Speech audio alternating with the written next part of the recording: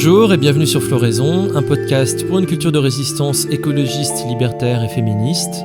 Voici le deuxième épisode d'une série de 3 podcasts consacrés à l'ouvrage La séduction pornographique de Romain Rosac, publié aux éditions L'Échappée.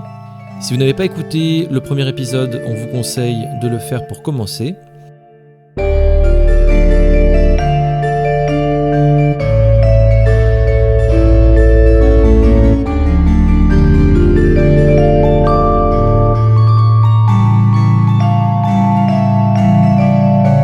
Nous avons parlé des 3 grands conflits dans les discours sur la pornographie. Et dans ce deuxième épisode, nous allons parler de la consommation pornographique elle-même, de son histoire en France, de sa diffusion, ainsi que de certains angles morts des thèses féministes radicales. Bonne écoute.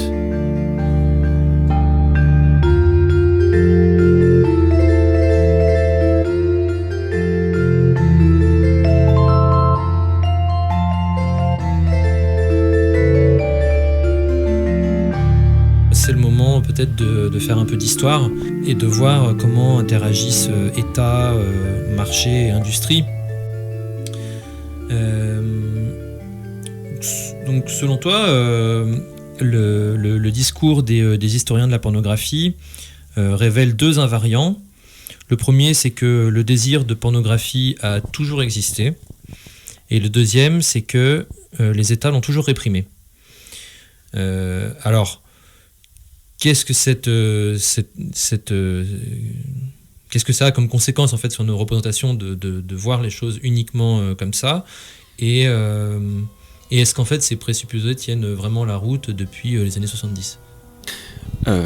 Alors pour commencer par la deuxième question, non, ils tiennent pas la route. En fait, la plupart des historiens de la pornographie ne voient pas que les années 70 ou 80, on peut débattre un peu de à quel moment ça se passe exactement, mais c'est en tout cas sur cette décennie, ne voit pas que les années 70-80 soient un tournant, une rupture. Ils pensent plutôt, la plupart du temps, qu'on est à la fin d'un temps long. Voilà, on peut citer quelques noms. Du côté de l'histoire de l'art, on a quelqu'un comme Walter Kendrick qui écrivait dès les années 80 sur le thème de la pornographie. On a aujourd'hui quelqu'un comme l'historienne américaine Lisa Siegel, qui est professeure d'université. On a Annie Stora-Lamar, je crois, pour le cas de la France, qui doit enseigner à l'université de Franche-Comté. On a en fait toujours un discours qui effectivement tend à montrer que les humains ont toujours voulu, alors il y a toujours un discours très métaphysique, très généraliste, les humains ont toujours voulu, se sont toujours un peu encanaillés à consommer de la pornographie, à consommer des images plus ou moins coquines, et que l'État s'est toujours inquiété. Alors il y a plusieurs figures, il y a l'Église effectivement, il y a l'État, et puis il y a la classe bourgeoise très traditionnelle, installée, qui s'est toujours inquiété que tout le monde ait un peu accès à ça. Voilà, Lisa Siegel s'est intéressée au cas de l'appropriation des cartes postales coquines britanniques au XIXe siècle, en montrant que ça a affolé les bourgeois britanniques à ce moment-là, qu'il y a un accès au corps des femmes par le prolétariat, par les femmes elles-mêmes, par les étrangers, par les mineurs, bref, par toutes les catégories qui sont sans arrêt invisibilisées par la bourgeoisie, silenciées par la bourgeoisie, etc. Sauf que, du coup, c'est pas que c'est un discours qui est faux, c'est que c'est un discours qui devient faux quand on l'applique à la deuxième moitié du XXe siècle. Alors, moi, je parle quasi exclusivement du cas français dans la séduction pornographique, mais on pourrait sans doute faire des analyses à peu près analogues pour d'autres pays d'Occident. Le discours s'applique plus à partir du moment où l'État comprend, et où la classe qui a le pouvoir d'État comprend que c'est plus dans son intérêt de réfréner l'industrie de la sexualité. Que c'est plus dans son intérêt de jouer les pères fouettards, les pères la morale, mais que c'est au contraire dans son intérêt de s'afficher comme une classe tolérante, une classe qui, ça y est, libère les corps, qui acte définitivement la fin du misérabilisme propre aux visions les plus caricaturale du 19e siècle. Voilà, on est très loin de l'usine, du fait de crever de faim, du fait d'avoir honte de soi. À partir des années années 70-80, on a, notamment en France, le discours selon lequel, ça y est, en fait, le capitalisme a réalisé les lendemains qui chantent. En fait, il n'y a plus besoin de se battre. Et donc forcément, comme la lutte pour l'émancipation des corps avait un potentiel subversif, il était important de la récupérer et d'en présenter une version complètement sans griffe, en quelque sorte, qui ne représente plus aucun danger, parce que complètement dissoute dans l'économie de marché et l'idéologie de marché, notamment par le biais de la marchandise pornographique. Donc, le présupposé que les États l'ont toujours réprimé, c'est faux. Et même ils l'ont utilisé d'une certaine façon à des vues parfois politiques. Tu cites la façon dont ça s'est normalisé au plus haut de l'État, avec quand même quelques contradictions. Ah oui. Est-ce que c'est l'État qui vraiment investit ce champ ou c'est les industries qui en ont besoin et l'État qui permet, qui ouvre les vannes Oui, c'est plutôt dans ce sens-là. Il n'y a pas vraiment d'anticipation de la part de l'État. Au contraire, il y aurait plutôt un léger retard de la part de l'État. La codification morale et juridique, elle arrive toujours de toute façon après les développements économiques eux-mêmes. C'est ces développements économiques qui rendent nécessaire une nouvelle morale, une nouvelle codification juridique. Et du coup, on va dire que les chefs d'État les plus modernes, c'est ceux qui auront senti ça un peu avant les autres. Mais en réalité, ils arrivent toujours déjà un peu en retard par rapport aux impératifs qui sont les impératifs du capital eux-mêmes. Giscard lui-même, parce que c'est lui qui fait l'objet du troisième chapitre, enfin d'une bonne partie du troisième chapitre, Giscard, c'est un moment très intéressant parce que d'un point de vue personnel, alors évidemment je ne l'ai pas connu personnellement, mais d'un point de vue personnel, il ne respire pas, en dépit de tout ce qu'il a bien voulu afficher, il ne respire pas l'émancipation du corps. Et voilà, c'est un corps qui est encore très marqué par la vieille France, l'aristocratie, etc. Et même s'il a fait campagne sur le relâchement de la censure, etc., on sent que sur la question de la pornographie à proprement parler, en fait, il est assez gêné aux entournures. Et il est tellement gêné aux entournures qu'après avoir libéralisé le cinéma pornographique, en 1974 à son arrivée au pouvoir, fin 1975, en fait, il met en place ce qui va devenir la loi sur le classement X et qui va avoir un côté très réactionnaire, en tout cas dans son énoncé, en prétendant diviser à nouveau le cinéma entre d'un côté un cinéma traditionnel, noble, qui serait vraiment un art, et de l'autre la pornographie, qui serait une forme de divertissement pour singes, ou pour cochons plus exactement. Il y a une formule qui lui est attribuée, qu'il aurait dit au Conseil des ministres, mais c'est pareil, c'est le genre de chose qui n'est pas très facile à sourcer, mais qui est très crédible, qui est la phrase l'homme n'est pas fait pour singer les cochons. Voilà. Et on le voit très bien dire ça. Il y a un côté, en fait, bon, il a fallu le faire, il faut libéraliser, parce que, bon, de fait, même la loi sur le classement X a un effet très très ambigu sur l'industrie pornographique. Voilà, c'est ce que tu dis, que en fait, ça ne la ralentit pas. Ça la ralentit pas, ça la gêne sous certains aspects, mais en fait, c'est reculé pour mieux sauter. Donc il y a effectivement des contradictions au sommet de l'État, mais qui sont les contradictions qui sont celles de l'individu. Enfin, Giscard n'est pas seulement le chef d'État, il n'a pas toujours pleinement conscience des impératifs économiques, et puis il les souhaite pas peut-être complètement. C'est pas un libéral au sens le plus profond et cohérent, comme peut l'être un philosophe de profession comme Ruvennogien, qui lui systématise vraiment les présupposés libéraux.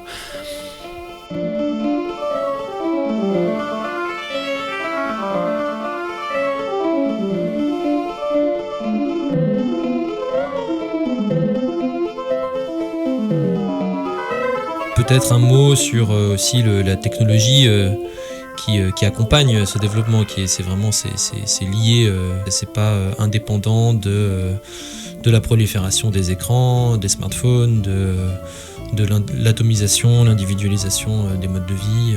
Oui. Internet. Ouais, il y a beaucoup de choses à dire en fait sur les rapports entre la pornographie et le numérique. C'est un des angles du bouquin, c'est pas le seul, et c'est peut-être pas d'ailleurs celui que je maîtrise le mieux. Je suis pas du tout quelqu'un qui s'est vraiment beaucoup intéressé aux mutations sociales engendrées par le numérique. Mais il y a quelque chose qu'on peut dire avec certitude, c'est que l'effet que ça a, c'est de renvoyer définitivement la honte au vestiaire des sentiments dont on n'a plus besoin à l'orée du XXIe siècle. D'ailleurs, c'est pas moi qui le dis, c'est pas une idée qui est forcément très originale, c'est Ovidie, donc qui est une ancienne actrice pornographique, qui est devenue réalisatrice et documentariste entre-temps, et qui a un discours qui est beaucoup plus d'ailleurs nuancé aujourd'hui sur la pornographie. et qui dit que effectivement, à l'ère d'Internet, on n'a pas besoin de justifier, et ceci soit dit d'ailleurs sans aucun jugement moral, c'est vraiment de l'ordre du constat. On n'a pas besoin de justifier sa consommation. C'est-à-dire que tant qu'il existait encore le petit buraliste qu'on devait aller voir pour obtenir son magazine porno, ou le vendeur dans le vidéoclub ou dans le sex shop, etc., il y avait encore au moins un regard à affronter. Alors bon, regard qui est plus ou moins complaisant, effectivement le petit buraliste du petit bled de 200 habitants, il est sans doute moins ouvert que le vendeur du sex shop de centre-ville d'une métropole, mais en tous les cas, si vous achetiez, pour reprendre une formule d'Ovidie, une cassette qui s'appelait Viol numéro 33, fallait quand même en rendre compte à quelqu'un, ne serait-ce que par une interaction physique. Fallait s'engager économiquement et physiquement dans l'espace social pour dire, bon bah voilà, j'ai pas forcément à vous donner mon nom, mais vous voyez ma tête et moi j'ai ce fantasme de voir des femmes se faire violer, etc. Donc des interactions personnelles et non impersonnelles. Oui, tout à fait, dont fallait rendre compte à la fois économiquement et physiquement. Et ça, effectivement, avec Internet, il n'y a pas besoin. C'est la prolifération du porno gratuit et du porno solitaire derrière son écran, elle sert un peu la même fin. C'est une consommation qui... Et ça, pour le coup, c'est complètement adéquat à l'entreprise de Rue Vénogien. C'est une consommation qui est dénuée de toute honte. C'est-à-dire qu'on peut continuer à rougir derrière son écran et à s'en vouloir de consommer des trucs dégueulasses, mais on est clairement engagé. Alors déjà, je suis pas sûr que tout le monde ait encore honte de ça, mais de toute façon, on est clairement engagé dans un mouvement de disparition de la honte là-dessus. C'est plus un sentiment qu'à court sur ces sujets-là, c'est un sentiment ringard, c'est un vestige du vieux monde, c'est pas l'indice. Autant ça pouvait être auparavant l'indice qu'il y avait une norme sociale, morale, si on veut, bon, à mon sens c'est la même chose, qui était transgressée. Ce qui n'était pas forcément une bonne chose en soi, quand vous violez un enfant, vous transgressez une norme, mais c'est pas parce que vous transgressez une norme que c'est bon en soi. C'était l'indice qu'il y avait une norme qui était transgressée, donc ça a interrogé quelque chose. Là, il n'y a pas de transgression d'une norme. En fait, on consomme un produit, on va sur YouPorn comme on va sur YouTube. C'est pas le dispositif en fait connote quelque chose de la pornographie. Il dit que c'est une marchandise innocente. Voilà, et on est déconnecté des tenants et des aboutissants de sa production. Ah oui, complètement. Là, c'est la dialectique de la vitrine et de l'atelier. On voit absolument rien, encore moins qu'avant. C'est sûr qu'on ne voyait pas plus à l'époque des VHS ou même des magazines porno, mais là, le fait d'être enfermé chez soi, dans son espèce de cocon surconnecté en permanence, ça isole d'autant plus radicalement et d'autant plus définitivement des tenants et des aboutissants de l'industrie pornographique, oui, c'est sûr.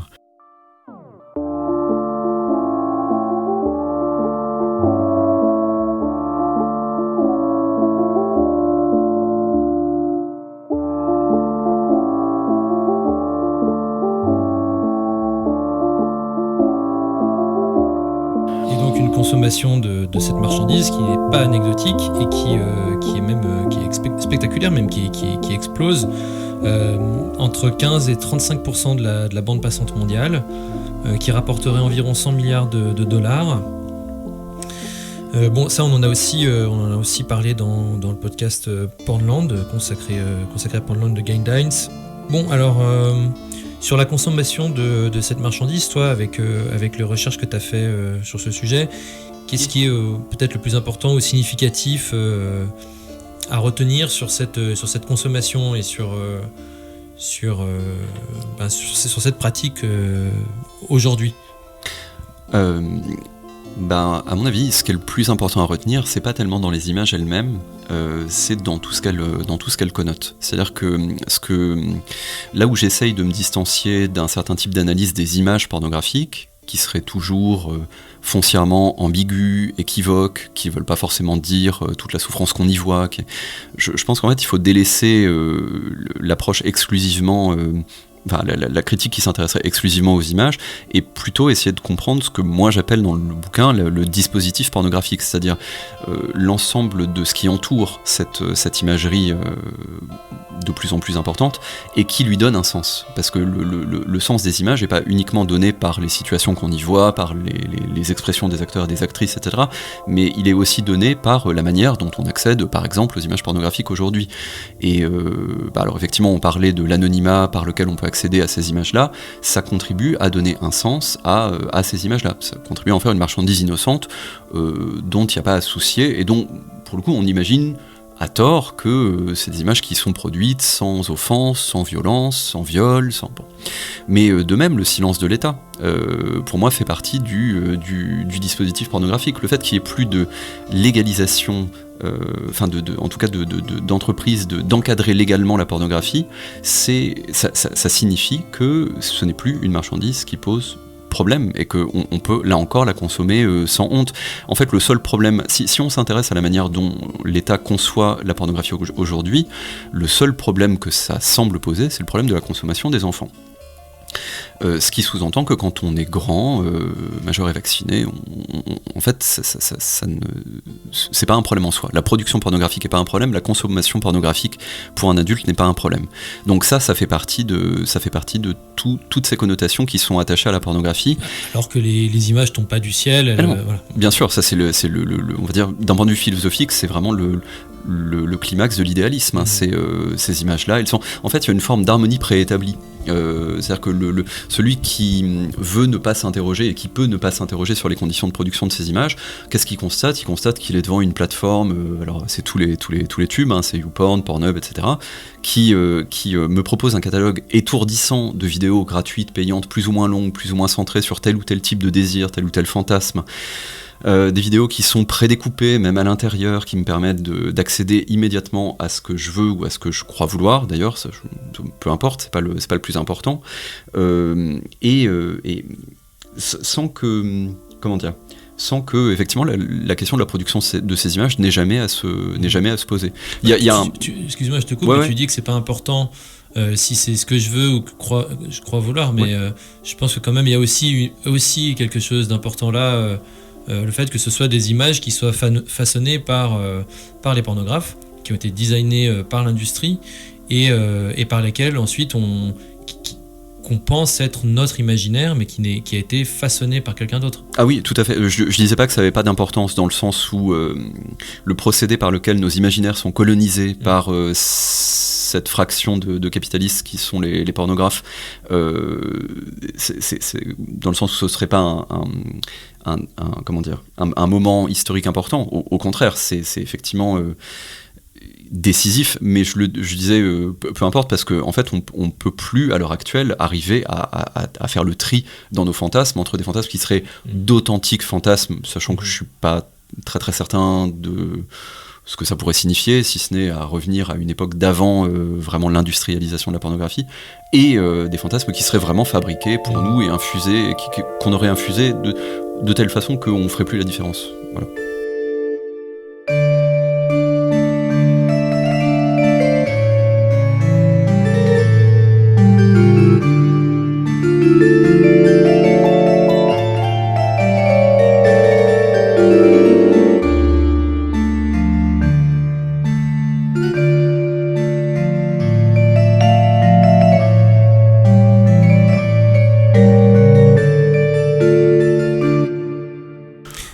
Et donc, on disait dans les présupposés des historiens de la pornographie, c'est que le désir de pornographie a toujours existé. Et pourtant, ce qu'on observe, c'est que la marchandise pornographique, elle ne s'est pas implantée d'elle-même. Il y a des efforts, il y a de la part des personnes et des entreprises qui la produisent et qui la vendent, mais aussi de tout un tas de prescripteurs. Est-ce que tu peux nous dire un peu c'est quoi leur fonction, comment ils s'y prennent dans cet écosystème économique ? Alors il y a deux ordres d'intellectuels qui vont rentrer dans ce dispositif-là. C'est d'un côté les prescripteurs, alors ceux qui codent une première fois la bonne manière de consommer la pornographie, et une autre sphère qui est un peu moins intéressante, même si elle est empiriquement plus facile à constater, c'est les diffuseurs, c'est-à-dire la manière dont le premier discours des prescripteurs va être repris, vulgarisé, multiplié à l'infini dans tous les magazines de plus ou moins spécialisés, magazines féminins, magazines de lifestyle, etc. Bon. Un des auteurs dont je parle beaucoup dans la séduction pornographique et qui a vraiment inspiré la démarche, c'est Michel Clouscar, donc, qui était un sociologue et philosophe marxiste, pas vraiment orthodoxe, enfin pas surtout en tout cas, qui a beaucoup écrit dans les années 70, 80, 90, et qui désignait essentiellement deux noms, c'était Marcuse et Reich, Herbert Marcuse et Wilhelm Reich. Alors, Clouscar a, à mon avis, très souvent des intuitions très très intéressantes. Parfois, il est assez injuste dans ses attributions. En l'occurrence, c'est pas tellement la pensée de Marcuse et de Reich qui est en cause, c'est plutôt la manière dont leur pensée a été traduite à la va-vite par des gens qui étaient intéressés à récupérer les idéaux d'émancipation immédiate, notamment quant à la sexualité.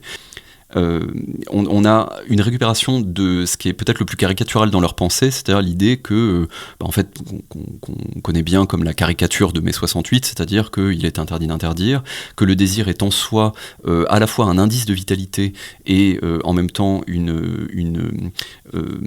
un indice moral. C'est-à-dire la seule ligne de conduite, la seule hygiène de vie possible, c'est de donner libre cours à mon désir, et notamment dans le champ de la sexualité.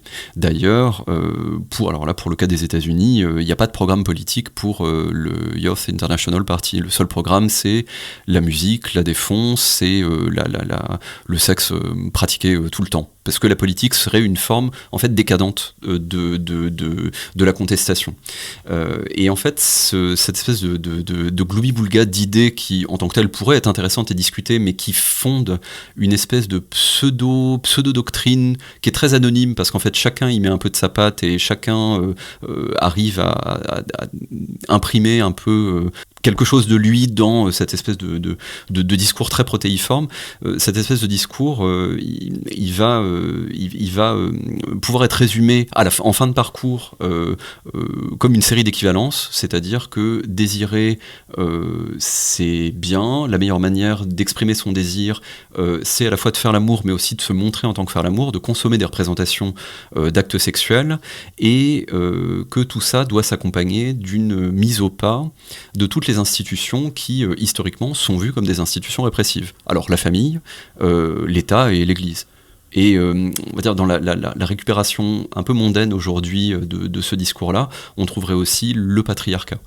Voilà, une journaliste comme Marie Maurice, par exemple, qui a écrit une enquête qui s'appelle La planète porn il y a quelques années, souligne que quand elle consomme de la pornographie, même si c'est une pornographie bête, même si parfois ça lui donne à réfléchir parce qu'elle ne sait pas exactement sur quel pied danser, en fait, elle se réjouit quand même de pouvoir vivre à une époque où elle est libre de découvrir ce qu'elle veut et de pouvoir consommer ce qu'elle veut sans que ni son père, ni son mari, ni l'État, ni les curés à mettre leur regard sur cette consommation. C'est aussi la définition de la liberté. Qu'est-ce qu'une liberté qui est mise en question ici, puisque oui. Ça fait appel à finalement, la doctrine du libéralisme. On est allé interviewer, s'entretenir avec Aurélien Berland qui va publier bientôt Terre et Liberté. Et il étudie vraiment la doctrine sur la liberté dans le libéralisme comme délivrance, comme arrachement aux nécessités, aux contraintes politiques, naturelles, sociales, tout ça. Et en fait, c'est une idéologie totalement égoïste et esclavagiste, puisqu'en fait, elle peut pas être partagée par tout le monde. Et elle a les pieds dans l'exploitation des autres, puisque c'est de ça dont on parle. Donc quand on a la liberté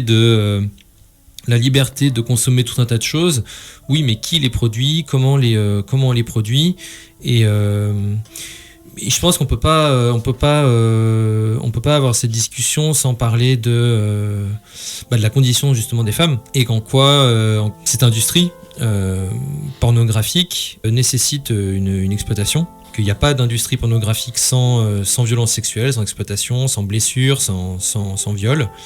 Que tout ça doit être caché ou parfois assumé. Et que d'un point de vue, comme par exemple Dworkin, c'est la pornographie, c'est une des armes du backlash, c'est une des armes de la vengeance des hommes par rapport aux avancées des féministes de la seconde vague. Est-ce que simplement ça, tu vois, rien que l'exploitation qui est en jeu là, ça justifierait pas que juste déjà on arrête tout, quoi? Si, mais la difficulté à mon avis aujourd'hui, et qui contribue à rendre, parce qu'il y a énormément de facteurs évidemment qui réduisent au silence les thèses féministes radicales, qui pourtant sont quand même d'une force conceptuelle à mon avis assez décisive. Mais une des raisons qui rend ce discours peu audible aujourd'hui, c'est que ces discours féministes radicaux, ils décrivent une partie, sans doute la plus grande partie de l'industrie pornographique, comme étant une industrie qui fonctionne essentiellement à base de contraintes, alors que ce soit la contrainte la plus directe et la plus brutale, celle de la réduction en esclavage, celle de la médicamentation forcée, celle des centres de casse physique et psychique qui se passent sur d'autres continents que les nôtres ou dans d'autres pays que le nôtre.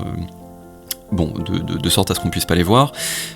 Effectivement, ça existe. Mais si c'était la seule pornographie qui existait, il est pas tout à fait certain que le rapport de force serait celui qui existe aujourd'hui. Ça, pour le dire plus simplement, je pense que le discours féministe radical ne serait pas en position de force, parce qu'il y a beaucoup de choses qui le mettent en difficulté aujourd'hui, pas en raison de sa propre faiblesse, mais en raison de la force de ses adversaires, mais il ne serait pas aussi réduit en silence et aussi moqué. Parce que il y a aussi une partie de la pornographie aujourd'hui qui est consentie, même de la part de femmes, de jeunes femmes, et même sur les tournages les plus brutaux. Quand on lit des enquêtes comme celle que peut mener par exemple Mathieu Trachman, le sociologue Mathieu Trachman qui travaille à l'EHESS, ça s'appelle le travail pornographique. Et il donne la parole à tout un tas d'acteurs et d'actrices qui souvent disent à peu près la même chose. C'est-à-dire, on n'est pas dans le cas d'actrices qui seraient systématiquement violées, qui s'estimeraient systématiquement offensées, détruites physiquement. On est vraiment dans le cas d'actrices qui se présentent elles-mêmes comme des actrices ayant fait spontanément ce choix de la carrière pornographique, sans forcément que ce soit complètement décidé au départ, mais en tout cas ça l'est devenu avec le temps, et c'est de plus en plus conscient, voire militant. Et il décrit aussi une certaine fierté, en fait, enfin, voire une authentique fierté de la part des acteurs et des actrices qui tournent dans certaines grosses productions, ou même simplement certaines productions dont ils ou elles estiment que ça les met en valeur. Et ça, clairement, on peut pas balayer ça d'un revers dans la main en disant les filles, vous êtes gentilles, mais vous savez pas ce que vous racontez et vous faites du mal à la cause des femmes. Même si, dans le fond, c'est ça qui se joue, on peut pas balayer ça d'un revers de la main. Et j'ai l'impression que vraiment la plus grosse épine dans le pied pour les féministes radicales, les féministes radicaux, peu importe comment on dit aujourd'hui, c'est ça, c'est l'existence de cette fraction de pornographes qui peuvent éventuellement recourir à des plateformes beaucoup plus autogérées, beaucoup plus contributives comme OnlyFans, pour proposer soit d'eux-mêmes, soit sur des tournages pornographiques classiques, des performances qui sont des performances de pornstar, mais sur la base du volontariat. Mais d'accord, mais cette question du choix, elle est relativement la même dans d'autres aspects du capitalisme et du travail, c'est-à-dire avait-on vraiment le choix ? Et d'autant plus, en fait, pour ces questions, le genre, les stéréotypes, les rôles sexuels sont tellement imprégnés depuis très très jeune, l'intégralité de la société qui valide ces rôles sociaux. Et en même temps, cette réflexion arrive à un mur qui est de dire mais tu vas pas remettre en question la parole de quelqu'un d'autre. Oui, alors ça c'est le tabou sans doute de la scène militante aujourd'hui, c'est que c'est très délicat d'arriver avec un discours qui prétend ne pas écouter justement les premiers concernés, ou en tout cas, c'est pas ça en fait, c'est ne pas tenir comme la conclusion de l'enquête la manière dont les premiers concernés vivent leur travail, mais simplement les prendre comme un élément de l'enquête. C'est pas la conclusion. Évidemment qu'il faut écouter ce que les acteurs, actrices pornographiques disent de leur métier. Ce serait très surprenant de ne pas le faire, et ce serait vraiment une position de surplomb peu tenable d'un point de vue sociologique. Mais d'ici à dire que la conscience de l'actorat pornographique est la science de l'actorat pornographique, ça ce serait à mon avis excessif. Et c'est là justement où tout ce que tu disais sur l'impossibilité de décrire comme un libre choix un engagement qui est fait dans un état de contrainte ou de quasi-contrainte économique. En fait, pour bien comprendre, à mon avis, ce qui se joue dans l'acceptation de plus en plus de cette idée-là que même quelqu'un qui s'engage sous la contrainte économique le fait quand même un peu volontairement, je pense que là encore, il ne faut pas sous-estimer le rôle de justification intellectuelle qui est celui d'un certain nombre de professionnels de la pensée ou qui se présentent comme tels et qui livrent une théorie du sens des conduites humaines parfaitement perméable à l'essor du marché pornographique, qui fait complètement les affaires du marché pornographique. Pour le dire plus simplement, ce qu'on trouve déjà en germe chez Ruvenogien, mais de manière beaucoup plus précise chez Mathieu Trachman ou chez un autre universitaire qui travaille à l'université de Lille, qui s'appelle Florian Voros, cette idée qui me semble très importante et en même temps très contestable, mais très importante pour justifier justement l'engagement volontaire dans la pornographie, c'est que même les schémas les plus classiques de domination, même les situations les plus classiques de domination, même le fait que ce soit essentiellement des femmes qui accomplissent l'actorat pornographique, en fait tout ça, ça n'a pas une signification univoque à partir du moment où les actrices en fait consentent à ce qu'elles font.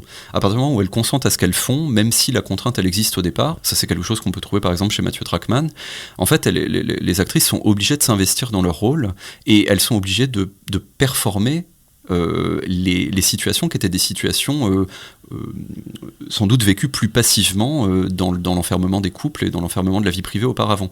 Et en fait, Trachman fait un double travail et je trouve que c'est pas complètement honnête parce qu'il prétend rester en retrait par rapport au discours qu'il met en avant, mais en même temps il les présente et il les justifie d'une manière qui est pas neutre par rapport au marché pornographique. C'est qu'il n'arrête pas de souligner que il n'y a pas de domination univoque dans la pornographie. Et que le simple fait de s'engager sur la scène pornographique, pour une actrice, c'est une manière de prendre son destin en main. Et que même une scène très violente, même une scène... il décrit quand même quelque chose comme une scène de sodomie imposée, enfin, qui n'était pas prévue dans le contrat au départ, qui s'impose par le biais de l'acteur et du réalisateur sur une fille qui a, je crois, entre 20 et 25 ans dans ce qu'il décrit.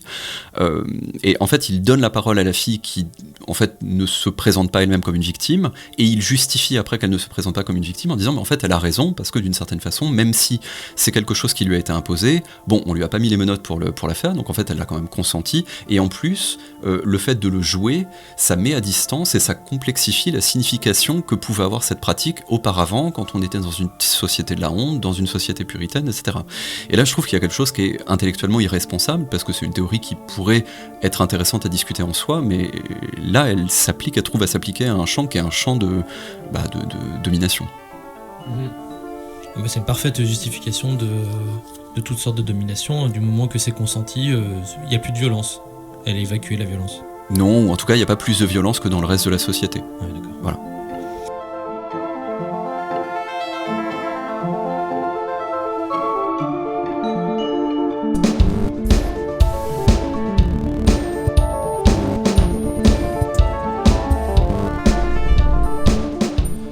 C'est la fin de ce deuxième épisode consacré à la séduction pornographique de Romain Rosac.